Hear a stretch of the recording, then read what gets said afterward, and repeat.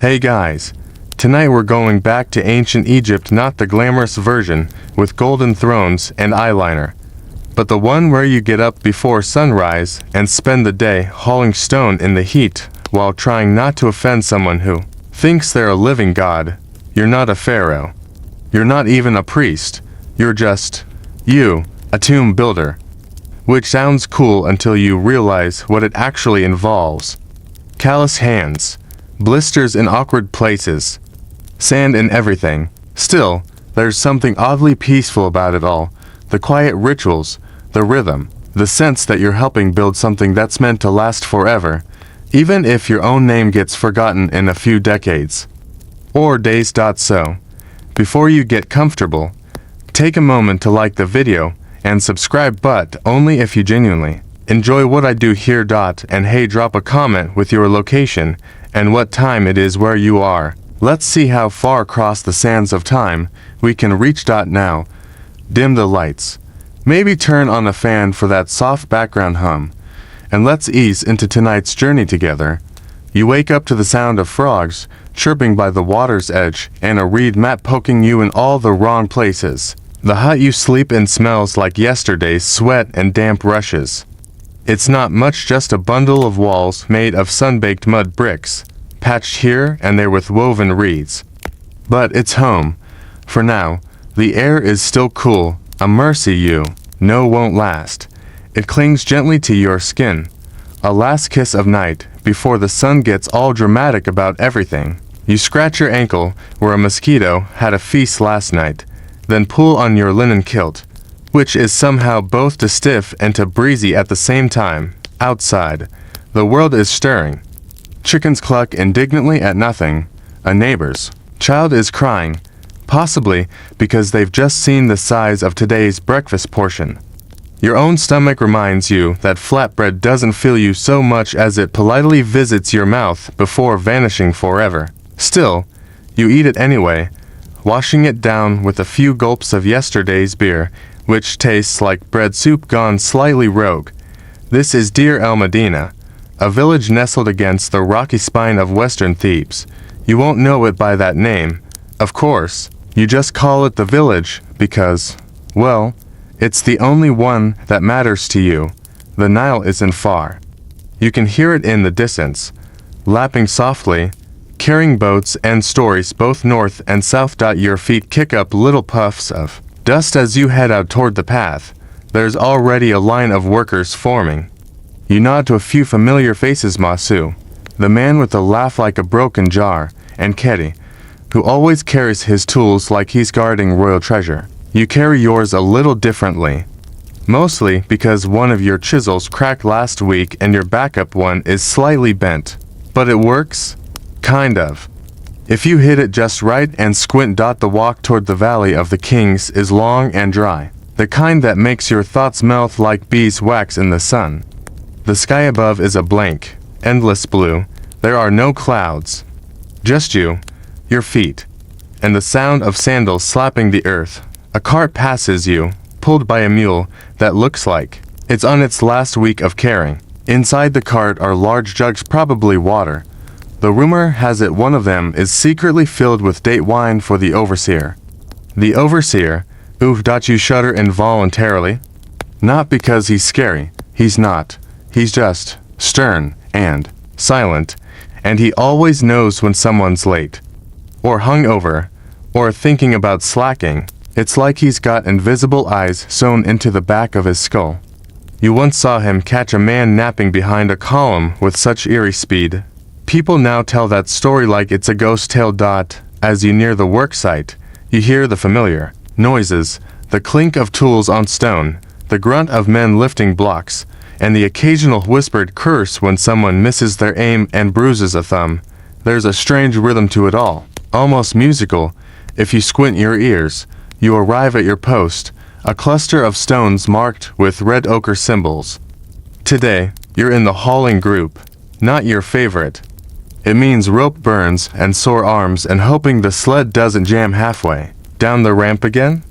But you nod and get into position anyway. No complaints. Complaining is the fast road to being given extra sand clearing duty. You grip the rope and wait for the signal.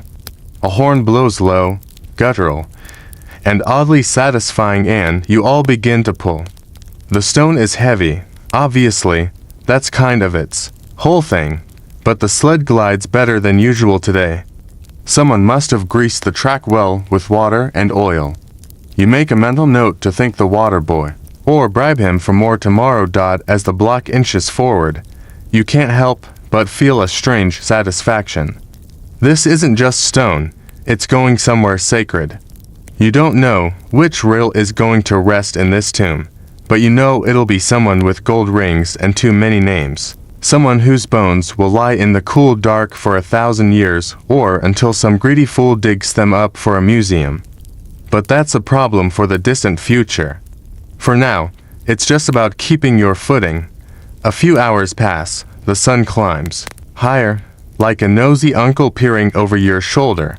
Sweat drips from your brow, stings your eyes, and paints dark lines down your chest. Your arms ache, your feet are coated in dust. You feel utterly alive. Or, be just dehydrated. You take a quick break, leaning on a shaded ledge near the cliffside. Above you, vultures circle lazily. One of them lands nearby and eyes you like it's doing math. You wave it off. Not today, bird. Not yet. It's hard to believe that this much work goes into preparing someone for death. But the Egyptians don't do anything halfway, especially when it comes to the afterlife. You once heard that the tombs are filled with spells, instructions, even tiny models of boats and servants, just in case the dead forget how to do basic chores, or decide they want a boat party in the field of reeds. There's something beautiful in the idea, though, that death isn't an end, it's just the start of a long journey, one with detailed blueprints and a packing list. But right now, your own journey includes more rope, more pulling, and hopefully a midday break soon. You sigh, pick up your end of the sled again, and brace for the next round. The stone doesn't care who you are, but the tomb it's going into, that just might. The sun is well and truly up now, high above and merciless. You've passed that early morning sweet spot where the breeze still kissed your neck and the shade hadn't yet gone into hiding. Now, everything is lit with that special kind of Egyptian brightness, the kind that makes you squint even with your eyes closed. The sky's no longer just blue.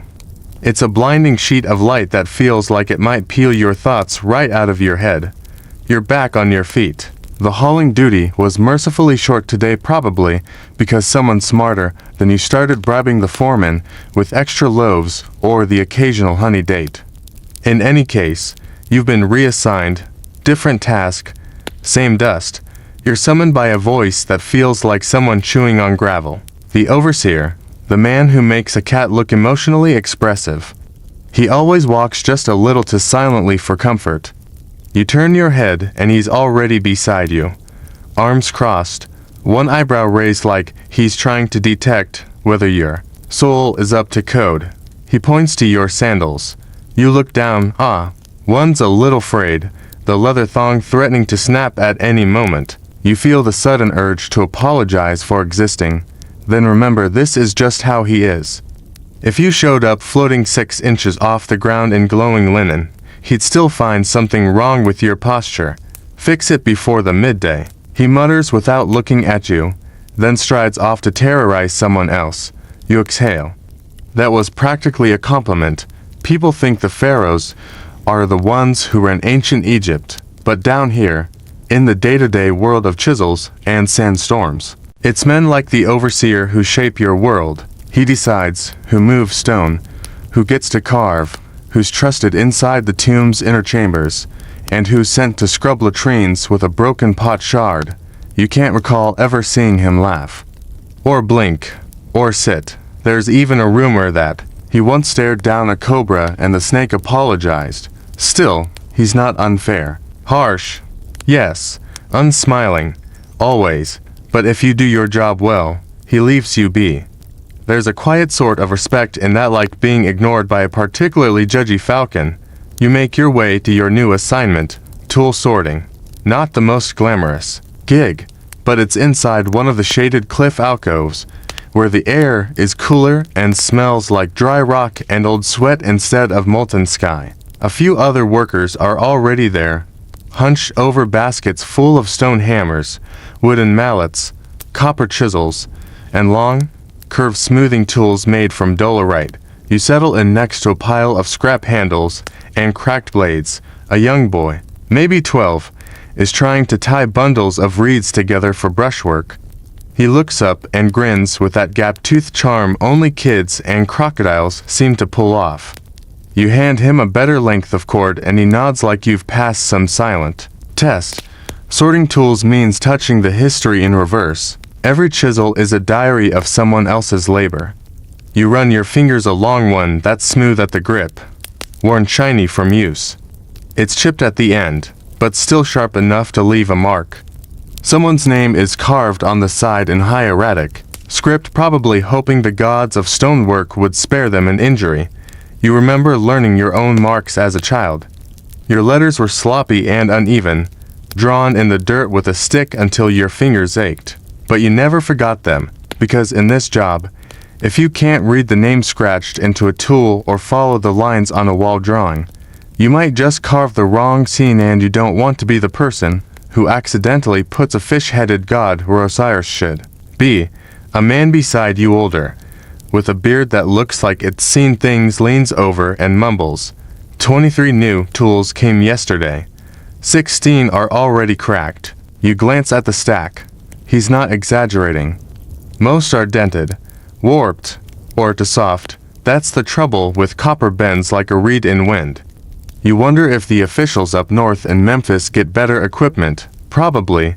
The royals always do. You once heard that the tomb of one prince used nothing but electrum tools, half gold, half silver. All ridiculous. You mutter something about how you'd kill for one decent chisel, and the older man nods. You know what they say.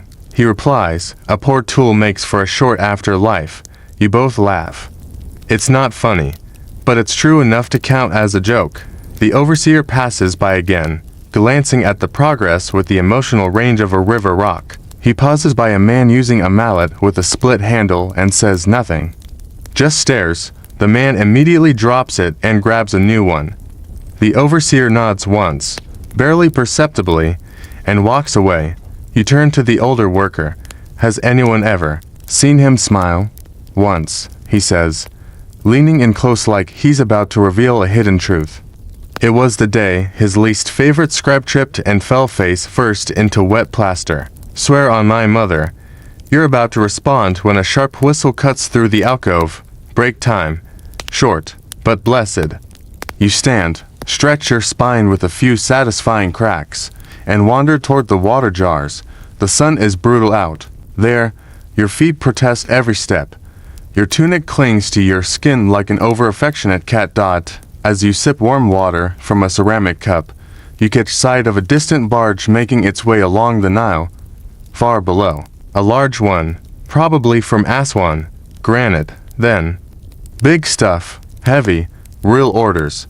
You wonder if you'll get to work with it, maybe carve it.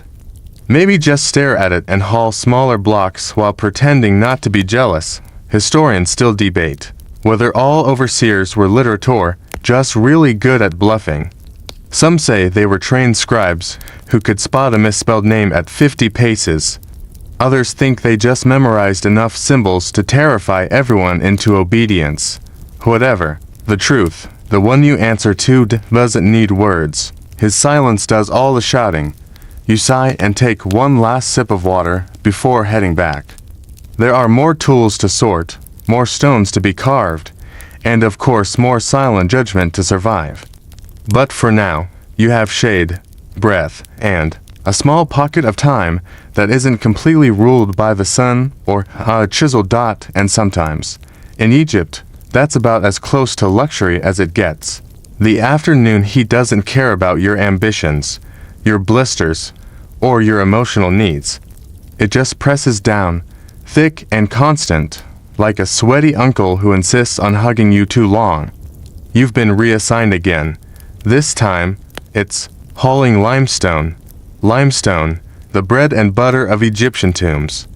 Soft enough to carve, heavy enough to ruin your knees. There's something about it chalky, pale, almost too bright under the sun that feels like you're dragging around pieces of the moon that decided to retire early and come here to torment you. You join the line of workers at the ramp, and someone hands you a rope. It's rough in your palms, coated in grains of sand and the dried sweat of at least 3 other people. You loop it around your wrist, take a breath, and plant your feet. You're not pulling the block alone, of course. There are a dozen of you, and the sled is greased a thin film of water and oil on the compacted sand track, which is just enough to stop the sled from dragging like a sulking teenager. The guy to your left lets out a low grunt. That's the signal. You all lean in, bodies tense, shoulders straining, feet digging into the earth, and it moves barely, but it moves. You can feel it in your spine, the way your whole body becomes one long, trembling rope of effort. The sled creaks forward with a groan that sounds like it's offended to be asked.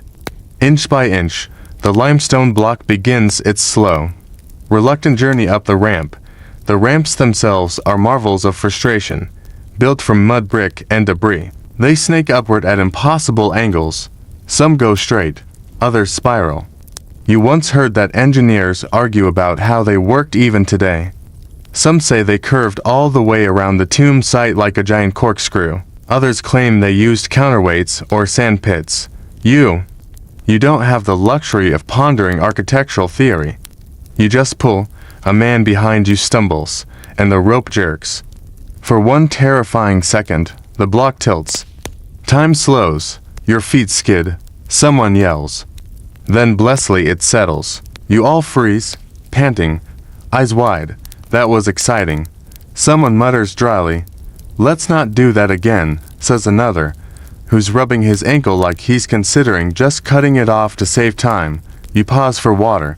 The carrier, a wiry man with a laugh that sounds like it's been boiled in sand, offers you a sip from a clay jar. It tastes like warm copper, but you're too thirsty to care. Your arms feel like wet rope. Your back is a long complaint with legs. But somehow, you're already getting ready to haul again. That's the thing about labor out here. You forget how hard it is until you stop. And then you remember too much. You wonder what the overseer thinks of your hauling skills. He's watching. From a nearby ledge, arms folded like an offended ibis.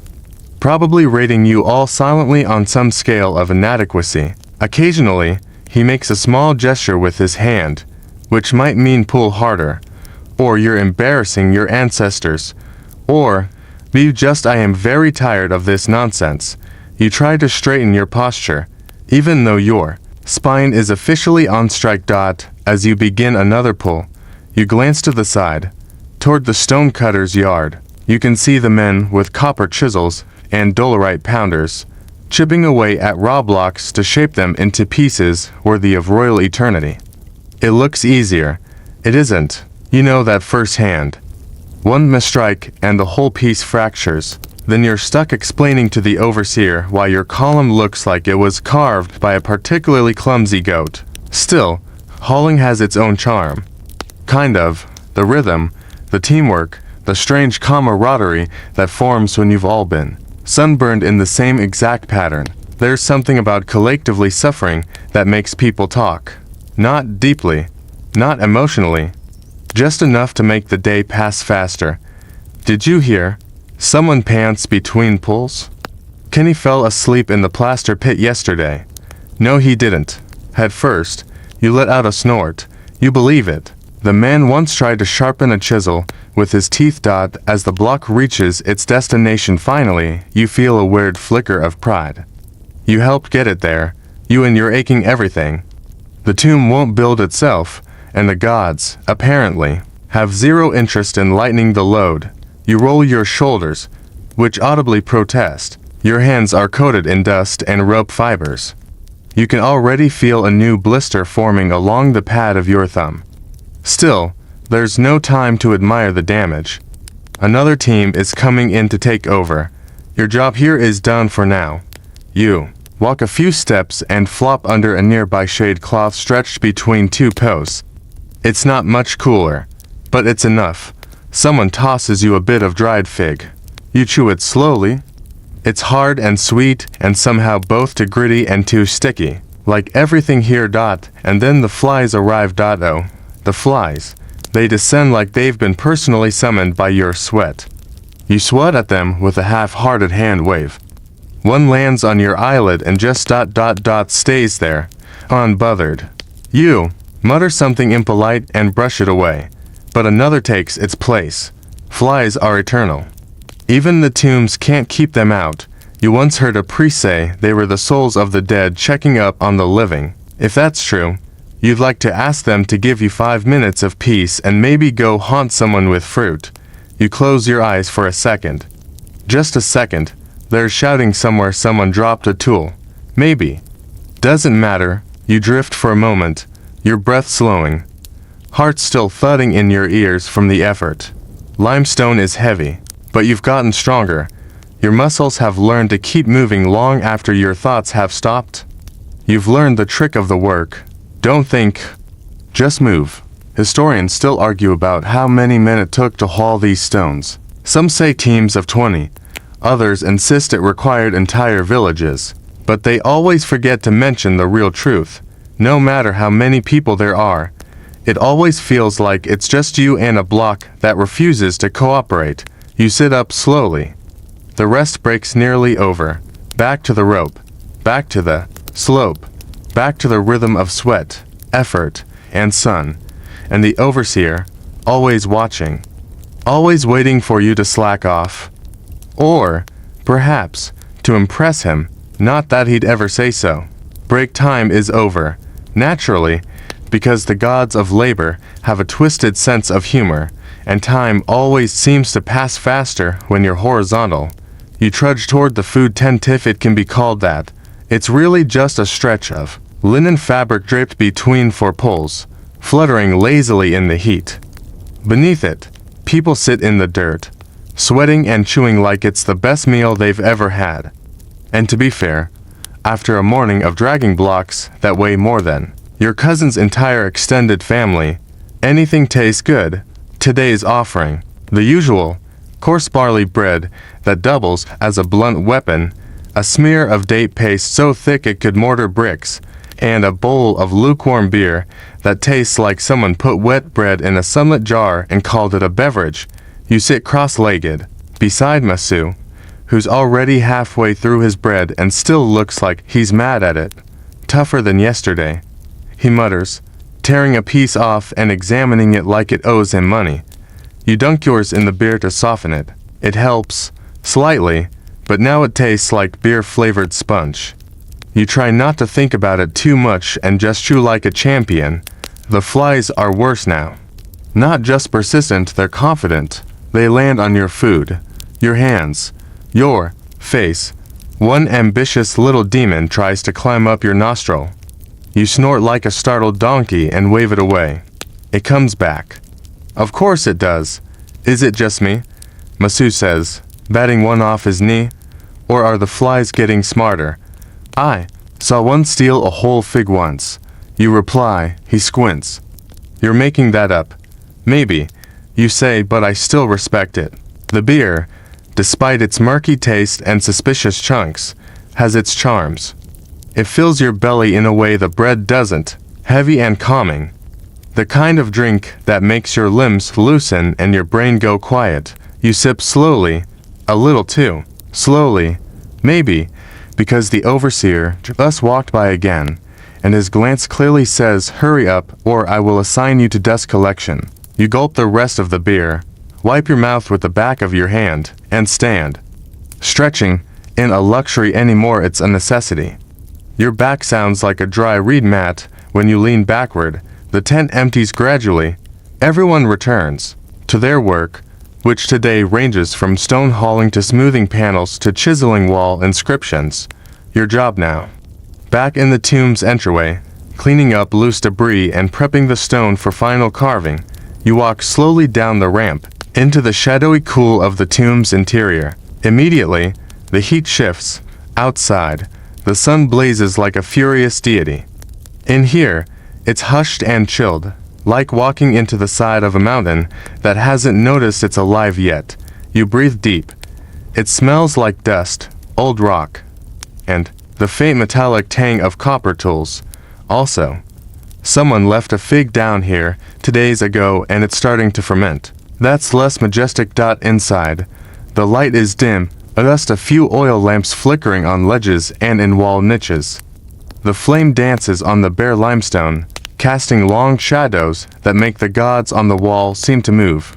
You pause for a moment in front of one, Anubis, jackal-headed and elegant, arms outstretched toward the afterlife.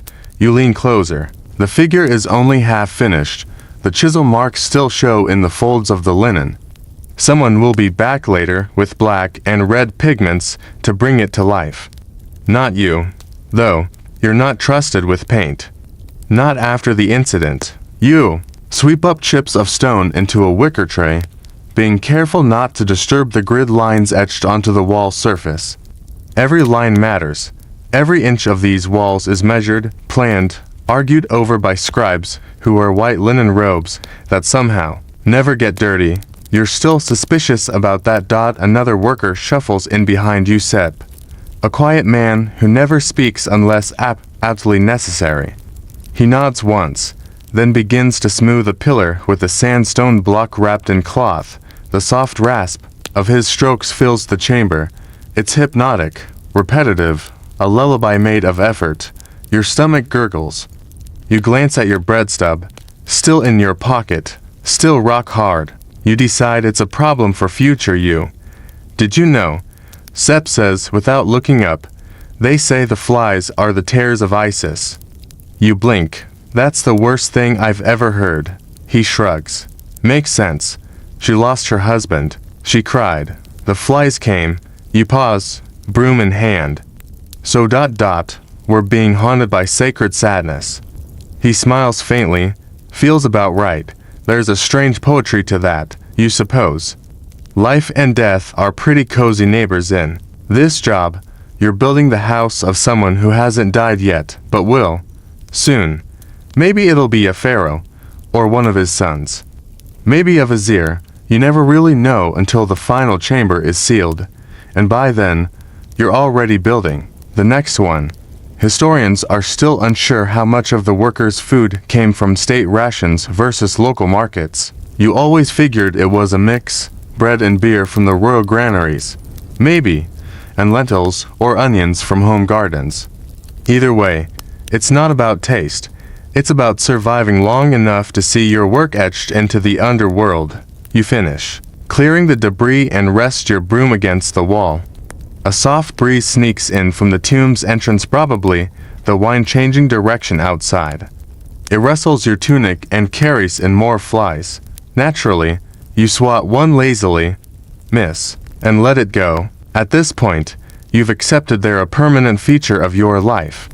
Like sand, and stairs, and the overseer's glare. Your job here is done for now. You step out into the light, shielding your eyes as the sun reminds you who's in charge. There's more to do today. Of course, there's always more. But for this moment, you've got a bit of food in your belly, a few jokes in your pocket, and a shadow of a breeze across your back.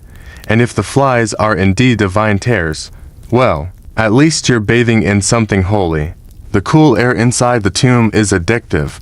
After hours under a sun that feels like it wants to flay your thoughts right out of your skull, stepping into the shadows of stone is like slipping into a quiet underwater world. No wind, no brightness, just the hush of ancient intentions. You're lucky today. You've been chosen to help with detail work in one of the inner chambers. Not because you're particularly talented, although you like to think you're getting there, but because the guy who usually does it accidentally insulted a foreman by comparing his nose to a startled goose. Loudly, in front of the wrong person. So, congratulations. You now get to chisel inside a tomb chamber. The room smells like a cave someone's been politely chiseling for several months. Dry limestone dust hangs in the air, catching the soft flicker of torchlight. Every tap of the chisel echoes with a kind of holy authority. This isn't just work. This is writing eternity into stone. You kneel beside a section of wall where a scribe has already outlined the hieroglyphs in red ochre.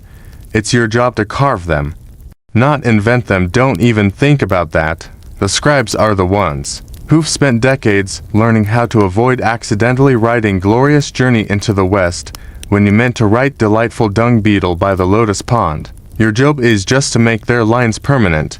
You grip the chisel and start gently tapping with the small wooden mallet. The stone gives way in flakes and crumbs.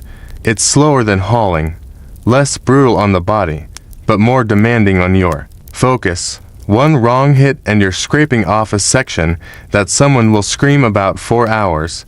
Above your section is an image of the pharaoh kneeling before Ra, sun disk glowing above his head. The sun is always glowing above someone's head. It's like a divine spotlight. You've always liked the simplicity of that. You don't need to understand the gods. You just need to carve them really, really well. Beside you, another artisan is carving a sacred baboon. His name's Harry, and he hums when he works. Soft, tuneless, but weirdly comforting. You've heard the same melody every day for weeks, and still have no idea what it's supposed to be. But you find yourself humming it under your breath now and then. Like a ritual you never meant to learn.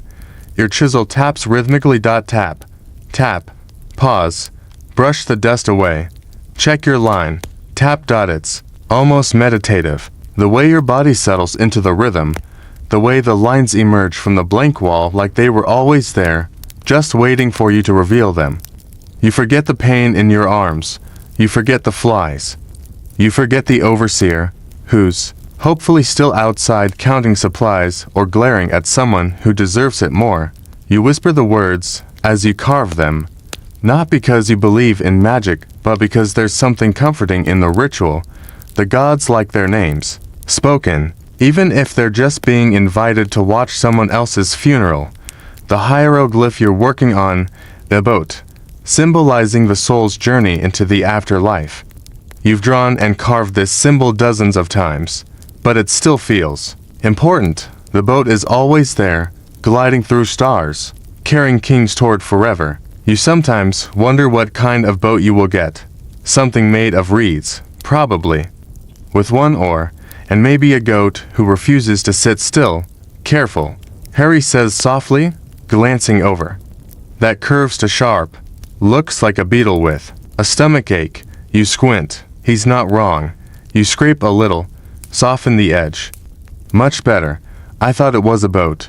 You say it was, he replies. Now it's a metaphor. You both snicker quietly. Not too loudly. Sound carries strangely in these stone rooms.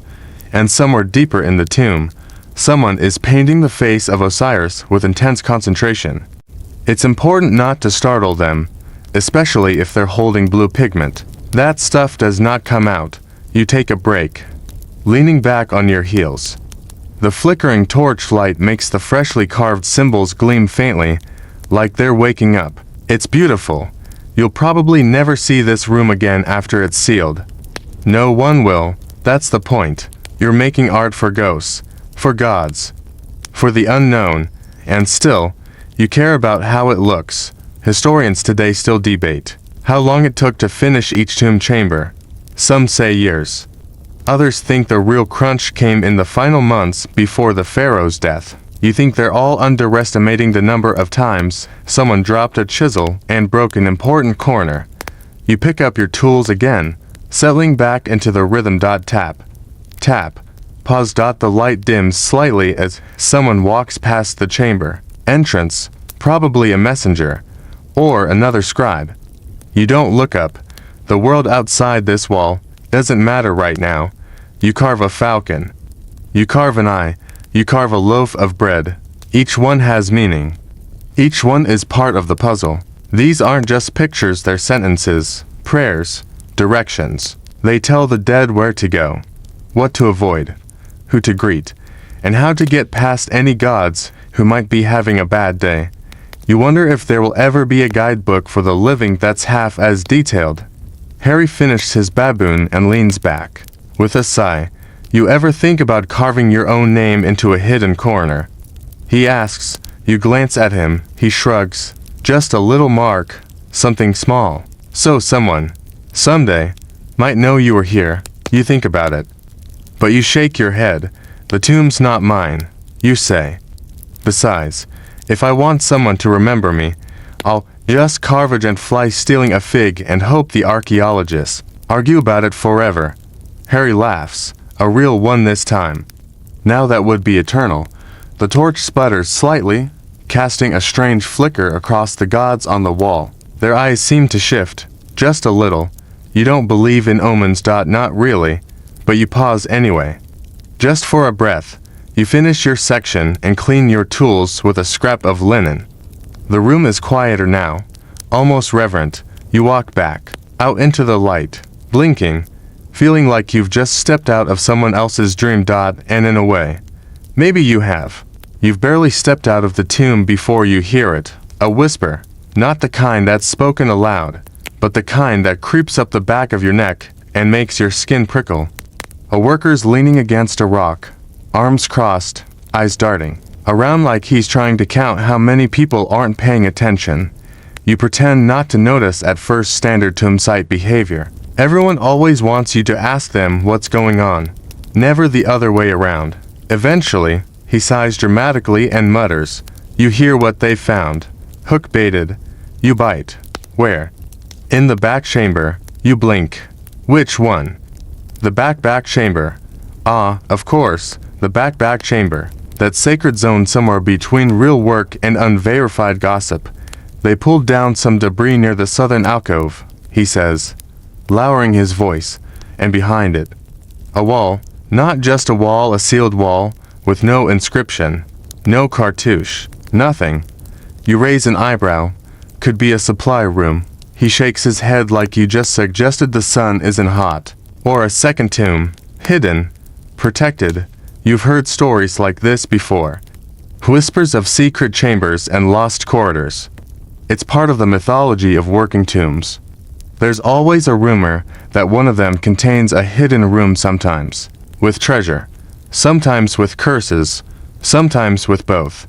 Most of the time, it turns out to be a storage space or a wall that just got lazy halfway through being built.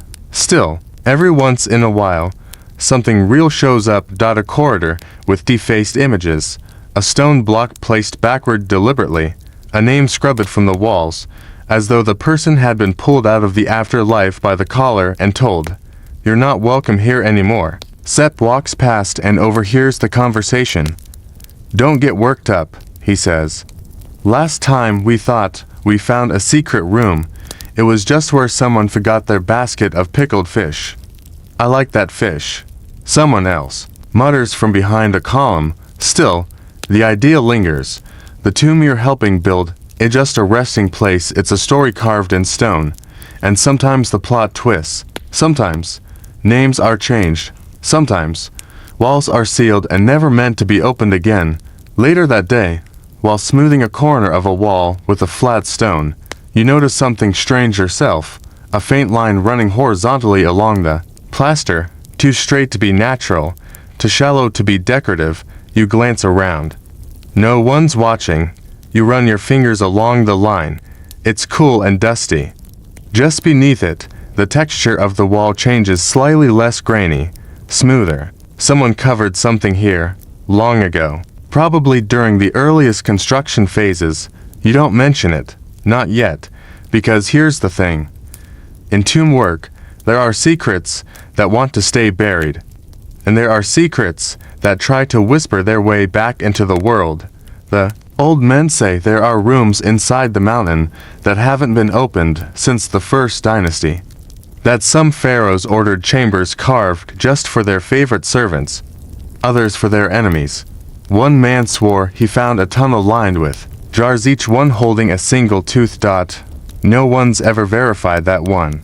But still, when you sweep the floor later, you notice a small gouge in the stone that's been filled with plaster. It's not part of your section, so you don't touch it. But you notice it, you remember it.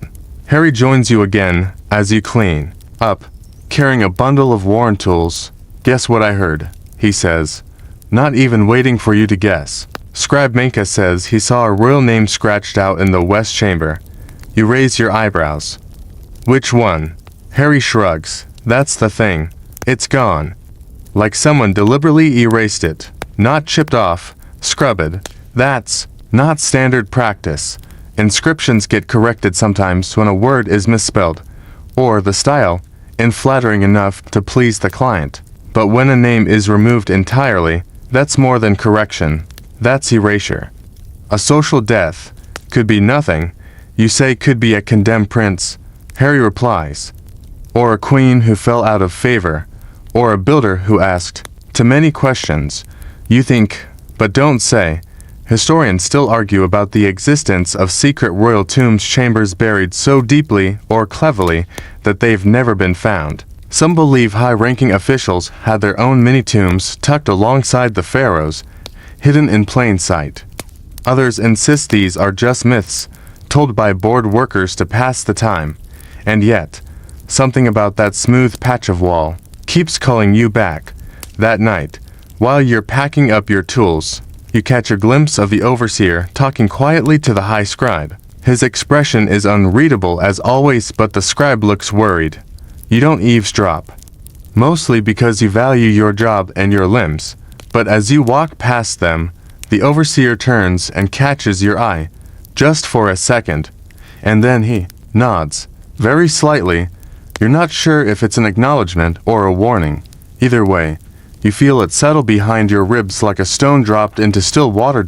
On your walk back to the village, the sun is low, casting long, amber shadows across the sand. The wind has picked up, and it hums softly across the cliffs like a voice too old to remember what words used to sound like. You glance back at the valley, at the tomb, the ramps, the scaffolding perched like wooden skeletons against the rock. From this distance, the entire project looks small, but you know what it holds. Not just stone and art, but questions that may never be answered, and something else. Maybe something sealed, something meant to be forgotten. The village is quieter than usual when you return. The wind has settled into a soft rustle, weaving through the narrow alleys between mud brick houses like a storyteller looking for an audience. The smells of the evening baking bread, garlic, stewed in lentils, and the unmistakable scent of someone trying to dry fish in their front yard again mingle in the warm air. You pass the familiar sights. The neighbor's goat tethered in the same spot it always escapes from. The child drawing squiggles in the dust with a stick and declaring it a crocodile. And old Mero asleep on his stool, mouth open, as always, like he's trying to catch dreams by surprise. You're sore, not the sharp kind of sore, but the deep, steady ache that comes from doing the same movements hundreds of times under a sun that doesn't take breaks. Your fingers are stiff. Your back feels like someone tried to fold it in half and gave up. Halfway through, you'd complain, but the only person listening would be your own shadow, and even it looks exhausted. Inside your home, if you can call a one-room clay-walled box a home, you do. You light a small oil lamp and set down your bundle of tools. Carefully, you come to appreciate their personalities. The chisel that always cuts slightly deeper on the left. The mallet that wobbles just a bit when it's tired. You almost say goodnight to them out of habit, then catch yourself. Not because it's silly, but because you're starting to wonder if they'll answer back one day. You roll out your sleeping mat and collapse onto it with all the grace of a dropped papyrus scroll. The reed mattress crackles faintly under your weight. Outside, someone laughs. A woman sings a line of a lullaby, then stops, probably interrupted by a toddler or a goat-related disaster. You stare up at the ceiling, where soot from years of oil lamps has left faint shapes that your mind turns into animals, gods, and occasionally your overseer with flaming donkey ears. It helps you wind down. And then there's the knock.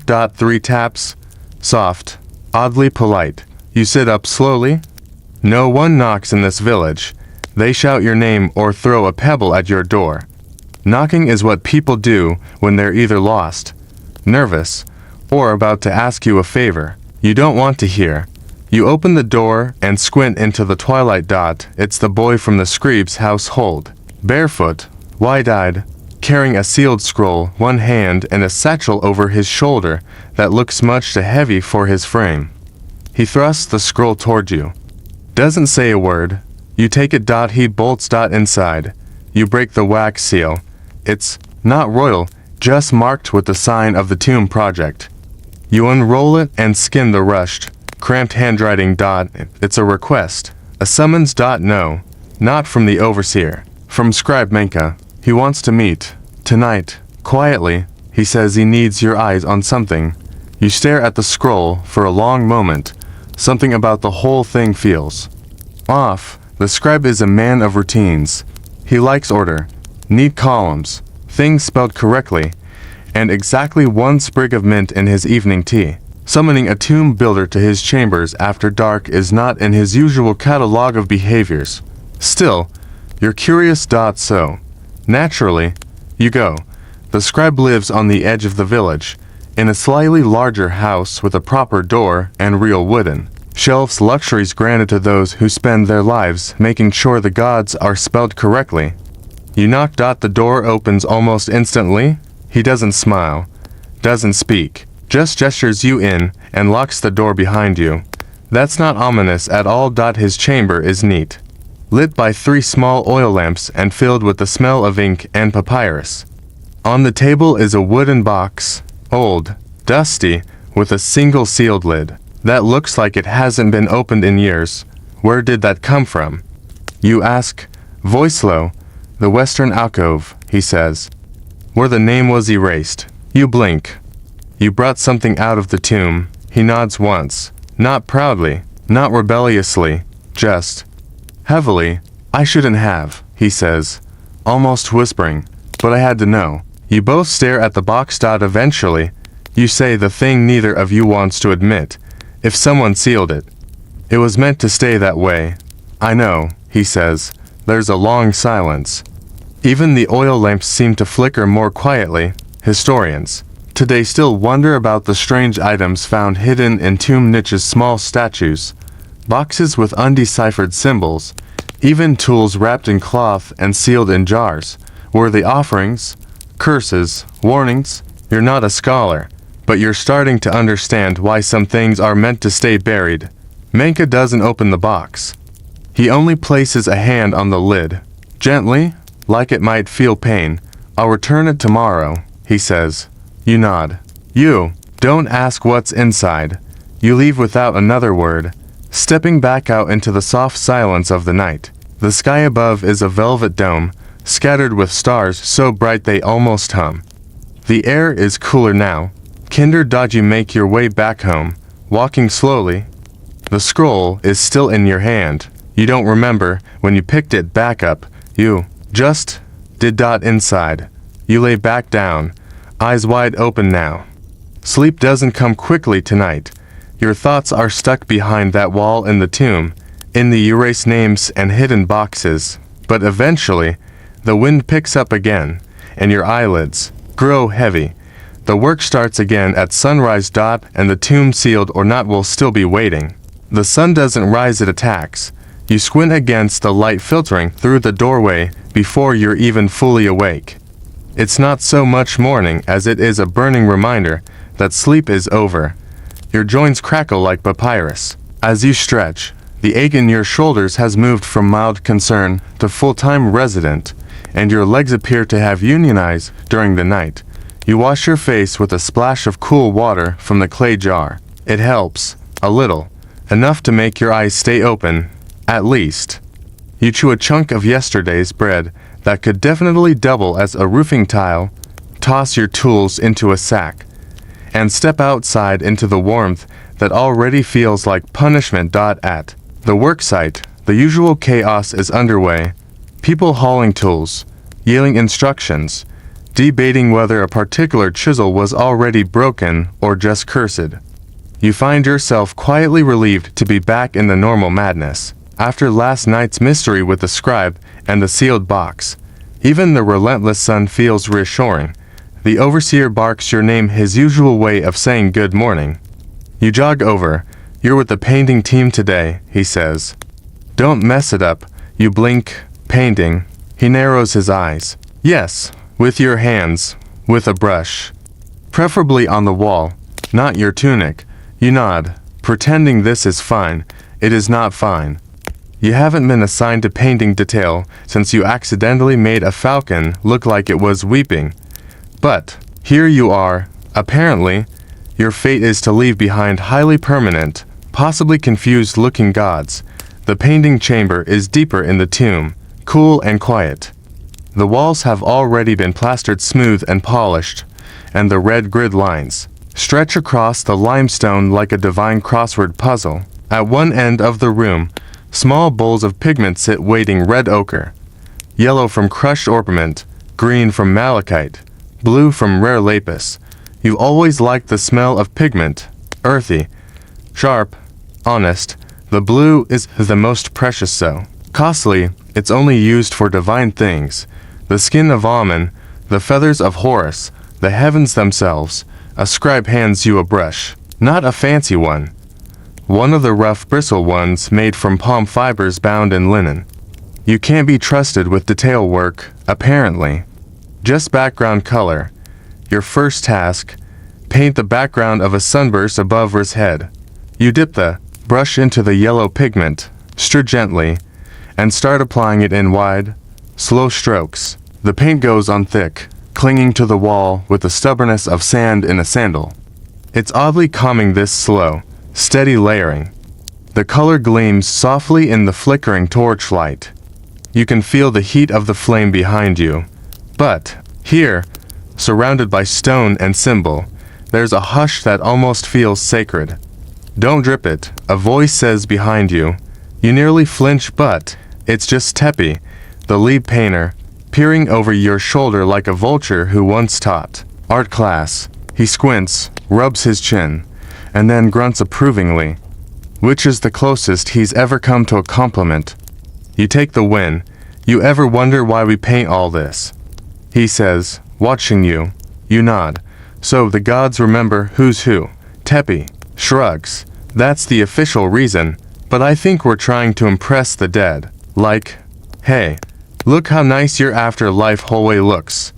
Please don't haunt us. You chuckle, careful not to let the brush slip. Maybe we should start painting less.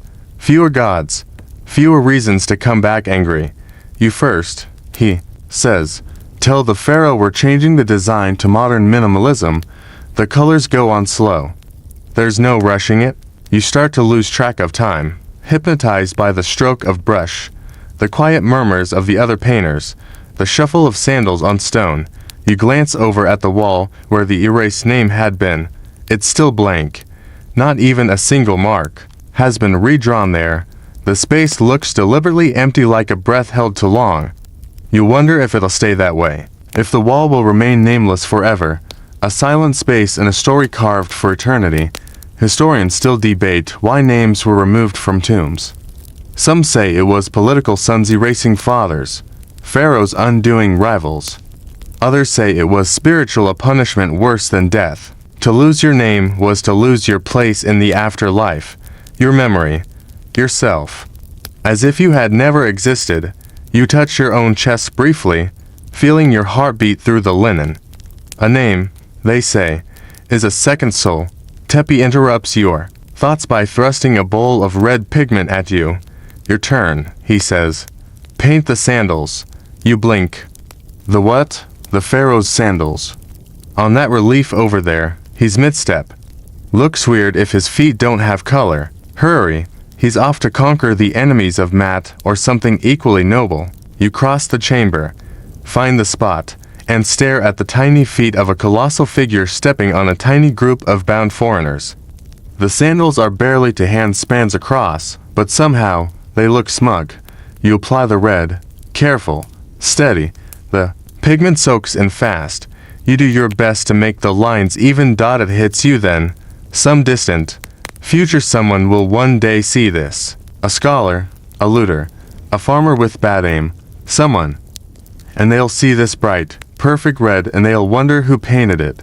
You smile, just slightly, then smear a dot onto the ankle. Tepi sighs loudly from across the chamber. What did that ankle ever do to you? I was going for flair. You mutter, dabbing at it with a cloth. The rest of the day passes in brushstrokes and sweat. The air gets warmer as the torches burn lower. Your hands are stained with colors that refuse to wash off. Your back aches. In that familiar, I've definitely been hunched a long way, but somehow, you feel lighter. Maybe it's the color. Maybe it's the silence. Maybe it's the strange feeling that you're helping write a story that will outlive every voice you know. As you pack up to leave, you pass the nameless wall again, still blank, still waiting. You touch it just once, lightly, like you're saying, I see you, and then you step out, into the amber hush of early evening, your hands red and yellow and blue, your thoughts full of paint and names and silence. The evening wind slips through the village like a secret, cool and soft and carrying the scent of drying figs and distant river mud.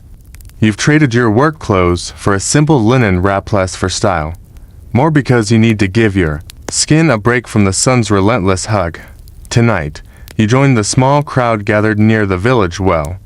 It's one of those rare moments when the day's labor fades and stories start to take shape in the firelight. The well's stone rim is worn smooth, the wood bucket hanging by a fraying rope, and the air hums with quiet voices sharing laughter and whispered rumors. Old Meru is here. As usual, his eyes twinkling beneath thick brows, he leans forward to tell a story, a tale you've heard before, but which never gets old.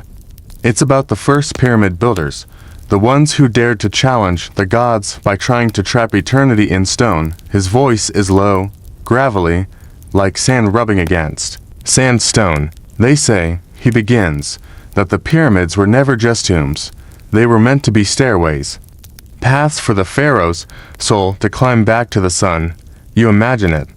A vast stone staircase reaching into the sky, bathed in golden light, carrying a king whose sandals glow with divine power. Imagine, Meru continues, if the stairway were blocked, if the soul found no way up, no escape from the tomb's dark belly. You glance at the tomb's silhouette against the fading sky, its sharp angles softened by shadows. There's a pause. The fire crackles, sending sparks dancing upward like tiny stars. You know, Meru says, lowering his voice to a conspiratorial whisper, some builders believe that the tomb itself is alive. You chuckle, trying to mask the shiver that creeps up your spine. Alive's how? You ask silently. Walls that breathe, Meru explains, shifting ever so slightly. Stones that whisper secrets, and sometimes, just sometimes, a voice that calls. From the darkness, the group shifts uncomfortably. Some scoff. Others nod as if the idea is obvious. You think of the sealed chambers, the erased names, the box Menka brought last night. Maybe the tomb is alive, in its own slow, ancient way. Then, like clockwork, a child nearby drops a clay jar with a crash that shatters the stillness. Everyone laughs, the spell broken. The night carries on with tales and gossip, but your mind stays tangled in the idea of a living tomb. Later, as you walk home beneath the quilt of stars, you feel the stones around you differently, not as silent, cold objects, but as keepers of stories, secret and patient. You reach your door and pause, hand on the wooden frame, feeling the rough grain under your fingertips. The world is full of mysteries, some hidden in stone, others whispered on the wind, and, tomorrow, you'll be back building, carving, painting part of the story in the silence both. The dawn is gentle. It's a blazing orange spotlight turned on without warning, as if the sun itself is impatient to start the day's business. You pull your tunic tighter around your shoulders, trying to hold onto the last moments of warmth, even as the desert wind tugs at your skin. Today's work takes you higher literally. You're climbing scaffolding that creaks underfoot like an old wooden harp playing its own nervous song. The higher you go, the more the village shrinks beneath you, a patchwork of dust and clay roof scattered like forgotten toys. From here, the Nile glints like a silver ribbon curling lazily through the landscape, its surface broken by swaying papyrus and the occasional splash of a fish daring to dance. The overseer, and joking when he says the next section requires precision. You're tasked with assembling the large limestone blocks to form the ceiling beams of a burial chamber. It's painstaking work. Blocks are hauled up by teams of men with ropes and pulleys, then carefully positioned to fit like puzzle pieces. You can feel every muscle in your arms strain as you guide one block into place, sweat streaming down your back, mixing with the dust so that you resemble a mud statue more than a human. The sound around you is a symphony of effort. The grunts of men, the scraping of stone against stone, the occasional sharp command from overseers. It's exhausting, but thrilling. Up here, closer to the sky, the world feels vast and fragile. The stones you place will become a roof, both shelter and seal. A gateway between the living and the dead. As you rest, catching your breath on a wooden plank, you glance over the edge. The workers below look like ants marching to a rhythm only they understand. It's easy to feel small in a place like this, but also important. Every stone you lift, every joint you align, matters. Nearby, an older builder named Kifra Hamza tune a slow, rhythmic chant about the river and the sun god's journey. It's a song passed down from his grandfather, and maybe his great-grandfather, too. You try to learn the words, but they sound like a secret language made of water and wind. Kifra smiles at your puzzled expression. The river speaks in songs, he says. If you listen, you understand. You want to listen, really listen. But your mind wanders to the mystery of the erased name, the sealed box, and the silent walls. There's a strange tension in the air, like the tomb itself is holding its breath, waiting for something. Historians still debate how exactly the ancient Egyptians moved those massive stones without modern cranes. Some say they used slippery mud ramps, others suggest huge wooden sledges lubricated with water. Either way, it took thousands of hands working in perfect harmony. You watch a team pull a sled up a steep incline. The men chant in unison, their voices rising and falling like waves. Come on, steady, one man calls. Your hands itch to join them, to feel the power of that collective effort. But your place is here, higher up, making sure the stones fit tight. As the sun climbs, the day grows hotter. Sweat pours down your face. The dust thickens. You think about the workers who came before you, the hands that shaped this place, and the lives woven into every block. This is more than labor. It's legacy. And soon, this ceiling will be finished, silent, strong, and eternal. You tap the stone lightly, as if saying goodbye to a friend, and then you climb down. Evening slips in quietly like a cat, soft paws padding across the village and bringing with it the coolness you've been craving all day. You sit outside your home, legs stretched out on the warm sand, watching the horizon blare from gold to dusky rose. The sky above shifts from sharp blue to a velvety indigo sprinkled with stars, ancient fires burning light years away. A small crowd gathers nearby for the weekly market. But tonight your thoughts are elsewhere. You find yourself pulling a small clay figurine from your satchel, a falcon, carefully carved by your own hands during rare moments of rest. The paint has faded and chipped, but the proud curve of the beak remains. Holding it, you think about the falcon god Horus, protector of kings and the sky itself. You wonder if the artisans who once made these figures imagine the same things you do. Did they hope their work would carry messages to the gods? Did they whisper secrets to their statues? Nearby, children chase each other, their laughter echoing like ripples on a quiet pond. You smile, imagining a world where their laughter might fill the tombs you helped build, where joy lives alongside eternity. There's a small commotion at the market's edge. A traveling storyteller has arrived, an odd sight in this remote place. Draped in colorful cloths, he sets up a simple stage and begins weaving tales of faraway lands, gods with many heads, and heroes who ride the wind. You listen from a distance, drawn in by the rhythm of his voice and the sparkle in his eyes. The stories feel strange yet familiar, echoes of your own world, twisted by time and imagination. He speaks of a God who created the world by speaking its name, of secrets hidden beneath the sands, and of the power of memory. Remember, he says, pointing at the crowd, The past lives in stories, in names carved on walls, and in the hearts of those who listen. You feel a chill not from the night air, but from the weight of his words.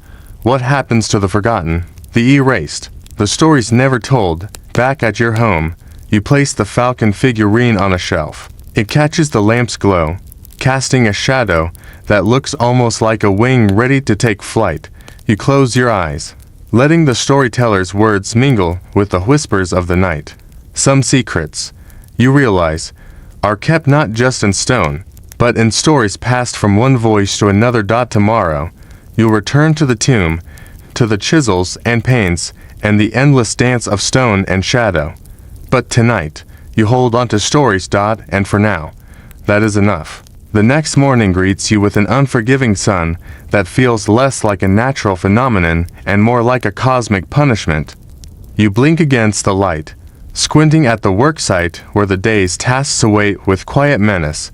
Today, you're assigned to inspect the air shafts, those narrow tunnels carved to connect the tomb's inner sanctums to the outside world.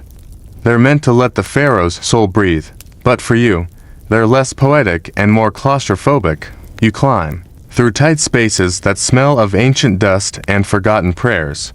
The walls are rough and uneven, lit only by the small flame of your oil lamp. Every breath feels shallow, like you're inhaling centuries of silence.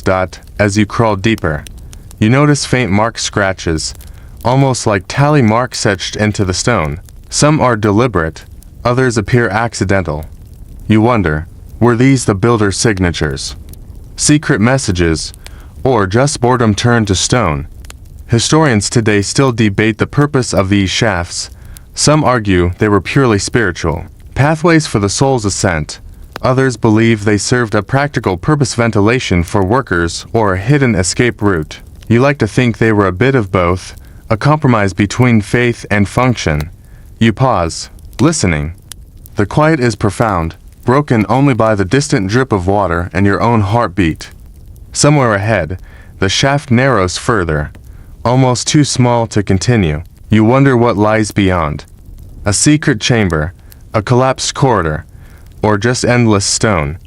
You mark the spot and make your way back, feeling the weight of the tomb pressing gently around you.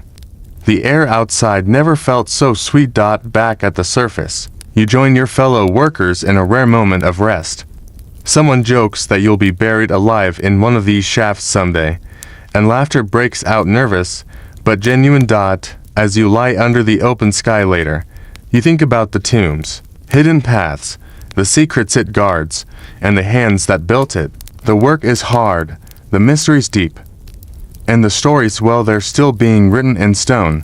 Asterisk, asterisk, the day begins with a strange mix of routine and anticipation. You're back at the tomb, but today's task is unlike any before. You're to help seal the chambers, the final layer of stone, the last lock on eternity. The air is thick with dust and quiet chatter. Everyone moves with a sense of finality, as if they're closing a book that will never be reopened. You carry heavy limestone blocks, positioning them carefully over doorways and corridors. Each block feels heavier than the last, as if bearing the weight of all the stories, secrets, and prayers folded into the tomb. The overseer watches closely, his sharp eyes missing nothing. As you work, you think about the strange objects. Menka showed you the sealed box, the erased names. What lies behind these final walls? What stories were meant to stay hidden? Historians debate whether these sealed chambers contain treasures, curses, or forgotten histories. Some believe they hold the pharaoh's greatest secrets. Others think they guard darker truths, better left buried. You wonder if your own name will be lost like the erased ones, or if your hands will be remembered in the stones you set. The sun climbs high, casting sharp shadows. Your muscles ache, but the sense of completing something eternal fills you. When the last block slides into place, a hush falls over the site. The tomb is sealed. Silent. Waiting. You take a moment to touch the cool stone. A silent goodbye and greeting at once. Then you step back, the dust settling around you like a shroud. The tomb stands complete, a monument to life, death, and all the mysteries in between. Night falls gently, as if the world itself is exhaling after the day's work. The village is quiet now, wrapped in the soft hum of crickets and the occasional call of an owl. You sit by your small fire, watching the flickering flames dance like restless spirits. Your hands are scratched and worn, but the ache feels good, a reminder of a day spent shaping eternity. You pull from your satchel the small, sealed box Menka showed you days ago. It's still there, untouched, a mysterious weight in your hands. You run your fingers over the faded symbols carved into the wood, wondering about its contents. Is it a relic? A curse? A forgotten prayer? You think back to the stories told by the village storyteller, the power of memory and the importance of names. This box seems to hold a secret that bridges those two worlds. You wonder what will happen when Menka finally opens it. Will it rewrite history or confirm the tales whispered among the workers? Outside, the stars burn bright and steady, timeless watchers over the desert. You lean back and breathe deeply, feeling the cool night air fill your lungs. The tomb may be sealed, but the stories it holds are alive in stone, in shadow, and in your own memories. You close your eyes, letting the fire's warmth lull you toward sleep, the mysteries of the past settling gently around you. You awake before dawn, the desert still wrapped in shadows and silence. The horizon holds only a faint glow, a promise of the sun yet to rise. You sit quietly outside your home, feeling the cool air settle over your skin like a soft blanket. Today, the tomb feels different. It's no longer just a building site, but a living memory, a monument to countless hands, voices, and stories folded into the stone. You think of the workers who came before you, and those who will come after, each one a thread woven into this vast tapestry. There's a gentle breeze that carries the faint scent of lotus blossoms and earth, a reminder that life continues even in the face of eternity. As the first rays of sun spill over the horizon, you feel a quiet peace. The work is done, the tomb sealed, but your story will live on. You stand, stretching, and take a slow walk toward the Nile, its waters reflecting the soft light like a mirror of time itself. The river flows gently, steady and eternal, carrying away the day's heat and welcoming the new. You breathe deeply, feeling your body and mind unwind with the rhythm of the ancient land. Now, let your breath slow and your thoughts drift like leaves on the water. Feel the warmth of the sun, the softness of the breeze, and the calm of a world that has known time for millennia. The stones may hold their secrets, but you hold this moment quiet, calm, and unbroken. Let yourself sink deeper into rest. You are part of this story now, a whisper in the endless desert. Sleep well, traveler. The night stretches around you like a gentle shawl, soft and warm, cocooning you in quiet comfort. Your breath flows slow and steady, matching the timeless rhythm of the ancient world. The desert sky above is a canvas of stars, distant and serene, each one a soft spark guiding you deeper into calm. Feel your body relax with each exhale, muscles unwinding, thoughts slowing. Imagine the smooth stones of the tomb, cool and steady, beneath your hands, the gentle murmur of the Nile nearby, carrying stories and dreams downstream. You are safe here, in this moment suspended between past and present, where history whispers softly and peace settles deep. Let your mind float, carried gently on a breeze that knows no hurry. The sun will rise again, but for now, rest is yours. Sleep now, wrapped in the quiet embrace of time and story.